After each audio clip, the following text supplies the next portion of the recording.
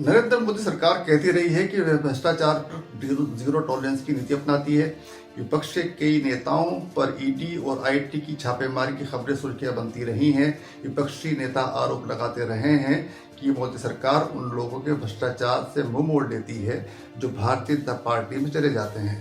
नरेंद्र मोदी सरकार 2014 से ही विपक्षी नेताओं के खिलाफ भ्रष्टाचार के आरोपों में कार्रवाई करने में जुटी है। चुनाव पास होने पर अक्सर छापेमारी और समन भेजने की घटनाएं बढ़ जाती हैं।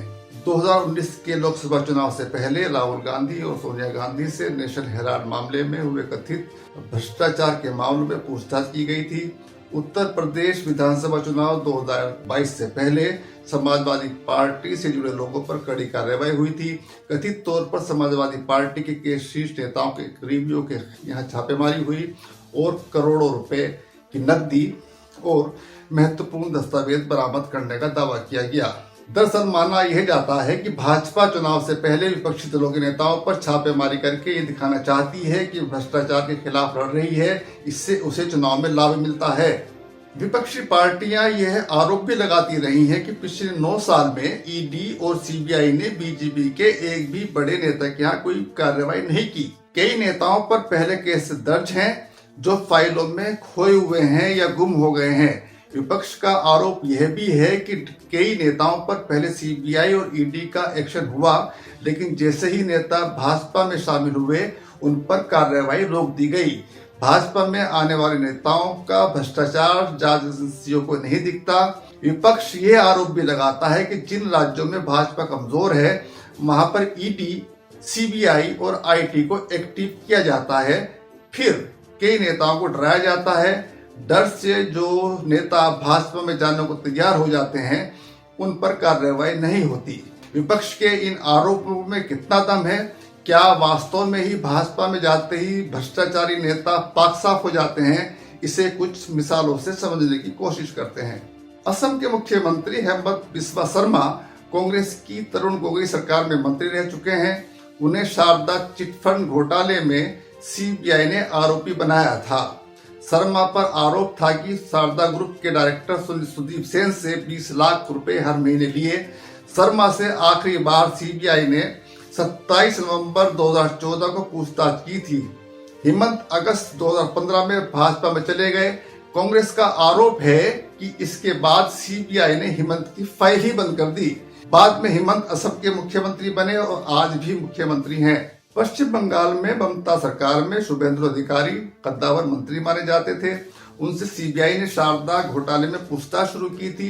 उन पर आरोप था कि शारदा ग्रुप के डायरेक्टर सुदीप सेन से फेवर लिया। शुभेंदु पर बाद में शारदा स्टिंग ऑपरेशन में भी पैसा लेने का आरोप लगा, जिसकी जांच ईडी ने शुरू की। शुभेंदु जब तक टीएमसी में रहे जांच एजेंसियों के निशाने पर ही रहे।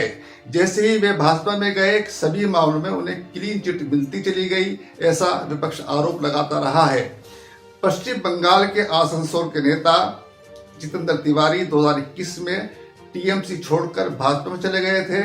उस वक्त मोदी सरकार में मंत्री रहे बाबुल सुप्रियो ने इसका खुलकर विरोध किया था, लेकिन भाजपा हाईकमान ने तिवारी को भाजपा में शामिल कर लिया। महाराष्ट्र के नारायण राणे पर भाजपा नेता किरीट सोमैया ने आदर्श सोसाइटी में हुए हेरफेर का आरोप लगाया था। राणे अभी मोदी सरकार में मंत्री हैं। साल 2012 में सोमैया ने सीबीआई को 1300 पन्नों की एक दस्तावेज सौंपा था। साल 2017 में किरीट सोमैया ने ईडी को पत्र लिखकर नारायण राणे की संपत्ति की जांच करने की मांग की थी।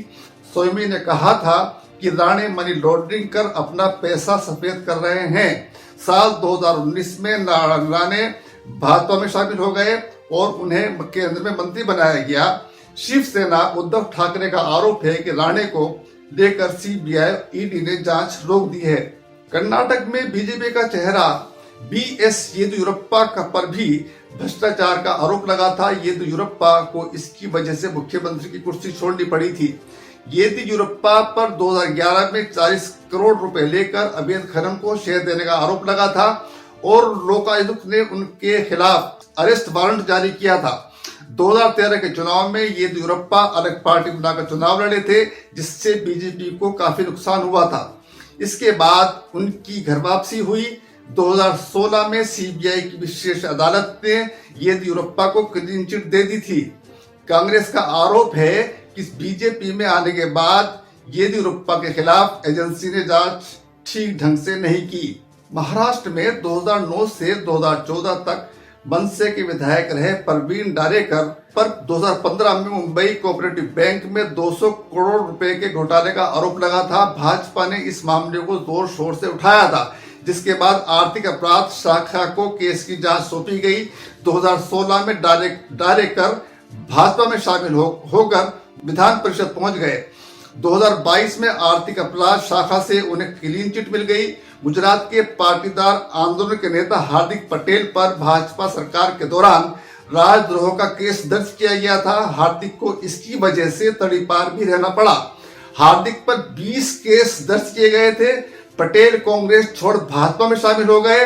हार्दिक अभी भाजपा के वीरगाम से विधायक हैं। विपक्ष का कहना है कि इन नामों के अलावा शोभन चटर्जी, यामिनी जाधव और भावना गवली जैसे नेताओं पर भी जांच एजेंसी ने कोई एक्शन नहीं लिया, क्योंकि सभी भाजपा या उनके सहयोगी दलों में चले गए। एनसीपी तोड़कर महाराष्ट्र में एकनाथ शिंदे और भाजपा की सरकार बनवाने वाले एनसीपी नेता अजीत पवार पर 70,000 करोड़ रुपए के सिंचाई घोटाले का आरोप 2014 से पहले भाजपा लगाती थी।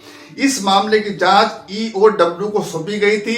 अजीत पवार को लेकर भाजपा के नेता देवेंद्र फडणवीस का एक वीडियो वायरल हुआ था, जिसमें वे पवार को जेल में चक्की पीसने की बात कह रहे थे। आजकल उन्हीं देवेंद्र के साथ अजीत पवार महाराष्ट्र के उप मुख्यमंत्री हैं। पूर्व केंद्रीय मंत्री मुकुल राय पर 2015 में शारदा घोटाले में पैसा लेकर चिट फंड कंपनी फेवर देने का आरोप लगा था। रॉय 2017 में भाजपा में चले गए। उन्हें पार्टी का राष्ट्रीय उपाध्यक्ष बनाया गया। साल 2019 में रॉय ने दावा किया कि सीबीआई ने इस मामले में उन्हें क्लीन चिट दे दी है और गवाह के तौर पर सिर्फ पूछताछ के लिए ही बुलाया था। ये चंद उदाहरण हैं जिससे पता चलता है कि भाजपा की भ्रष्टाचार पर जीरो टॉलरेंस की नीति क्या है। भाजपा नेताओं पर जो भ्रष्टाचार के आरोप लगे, उन पर तो मोदी सरकार कभी कान तक नहीं धरती। उनके खिलाफ कुछ नहीं होता, जांच एजेंसी कुछ नहीं करती, एकदम चुप्पी छा जाती है। गोदी मीडिया भी उनके बारे में कुछ नहीं कहता। बहुत बहुत शुक्रिया, बहुत बहुत शुक्रिया।